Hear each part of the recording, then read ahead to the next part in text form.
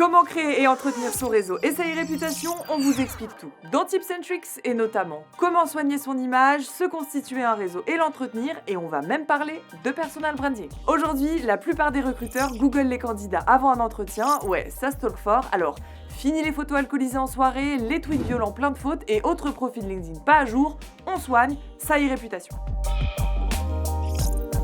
La réputation, c'est l'image qu'on véhicule et que les autres se font de nous sur internet. Miroir, mon beau miroir, vous connaissez la suite. Alors premier tips hyper simple, commencez par taper vos noms et prénoms sur Google pour voir ce qui ressort. Si c'est pas ouf, faites en sorte qu'à l'avenir, les résultats de cette recherche soient toujours clean et à jour, comme votre dressing. Donc, si besoin, on efface les données compromettantes et on demande à nos potes d'en faire autant. Vous pouvez aussi faire supprimer des infos publiées sur des sites sans votre consentement. Pour les modalités, ça se passe sur le site de la CNIL et on vous met le lien dans la description.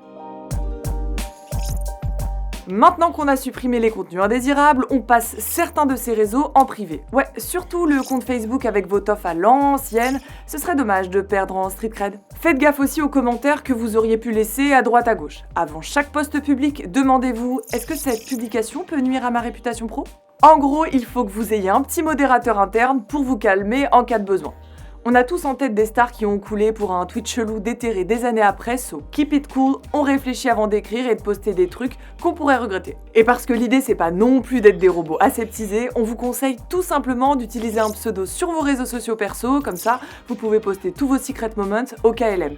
Et puis ça peut être un peu chelou qu'un RH ait vu votre story karaoké de la veille, non ? Team Diams, on est d'accord ?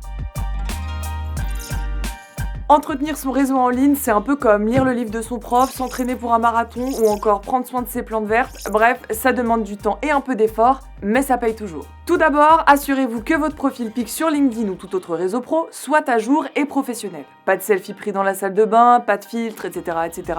Simple, basique, et je sais que vous avez la ref. Ensuite, mettez à jour vos expériences pro et vos compétences. Vous pouvez aussi demander à vos anciens profs, collègues et managers de vous laisser une reco.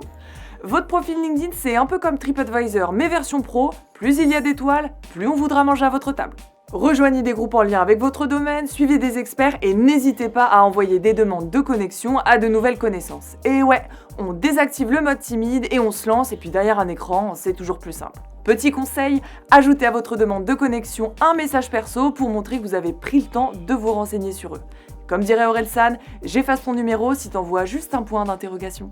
Participez à des événements pro en ligne ou hors ligne, ouais la vraie vie c'est aussi possible, qui vous permettent de rencontrer de nouvelles personnes et de développer votre réseau. En plus de se créer un network, il faut l'entretenir et ne surtout pas perdre contact, car on ne veut pas être zappé comme l'intro des clips et c'est toujours Orelsan qui le dit. Selon votre degré de proximité, ça peut passer par boire un verre avec les alternants avec qui vous bossiez, envoyer un petit message de félicitations à un contact qui a changé de job, commenter ou partager un post souhaiter un anniv. Bref, à vous de jauger, mais on n'envoie pas juste un SMS au PDG de son ancienne boîte pour lui proposer un dîner aux chandelles quoi. Maintenant qu'on a un réseau, on va voir comment se mettre en valeur et briller. On passe au top coat en travaillant son personal branding. Le personal branding, c'est votre marque personnelle. En gros, c'est le fait de travailler sur l'image que vous renvoyez et lorsqu'on recherche un taf, un stage ou une alternance, c'est un peu la base d'être un flic. Travailler son personal branding, ça peut permettre d'être repéré par des recruteurs, de se démarquer de la concurrence, de mettre en valeur ses activités pro ou son expertise. Alors après, vous n'êtes pas obligé d'être un expert dans votre domaine, step by step, mais montrer votre intérêt pour votre secteur, c'est toujours des points de gagner. Alors voici nos tips pour un personal branding on fire. Mettez votre profil à jour et en mode public sur les réseaux qui peuvent vous aider professionnellement. Créez une chaîne YouTube avec vos réalisations si vous êtes dans la vidéo, un compte TikTok si vous voulez taffer dans le marketing digital, un blog sur la transition énergétique pour bosser dans les énergies renouvelables. Bref, vous avez capté l'idée. Vous pouvez, selon votre level et votre activité, soit publier votre propre contenu, dans ce cas-là, assurez-vous qu'il est correct et pertinent avant de le partager, soit tout simplement partager du contenu existant avec un petit post rédigé par vos soins pour l'accompagner et on publie que du contenu de qualité.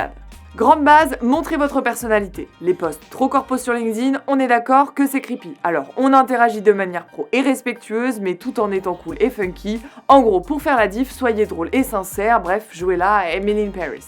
Utilisez les bons mots-clés. On ne va pas rentrer dans des explications de SEO, et non, ce n'est pas un groupe de K-pop, mais l'idée c'est d'optimiser votre contenu en utilisant des mots-clés, des hashtags pertinents pour être visible et atteindre votre cible.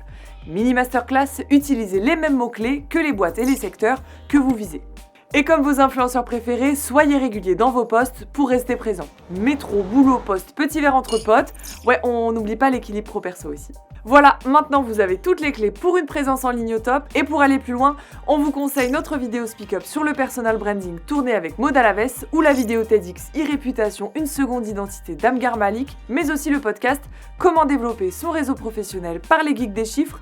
Et pour vous abonner à la chaîne et ne rien manquer, vous connaissez la musique, il suffit d'un clic sur s'abonner et d'un clic sur la cloche, et on se retrouve très vite pour un nouveau Tips and Tricks.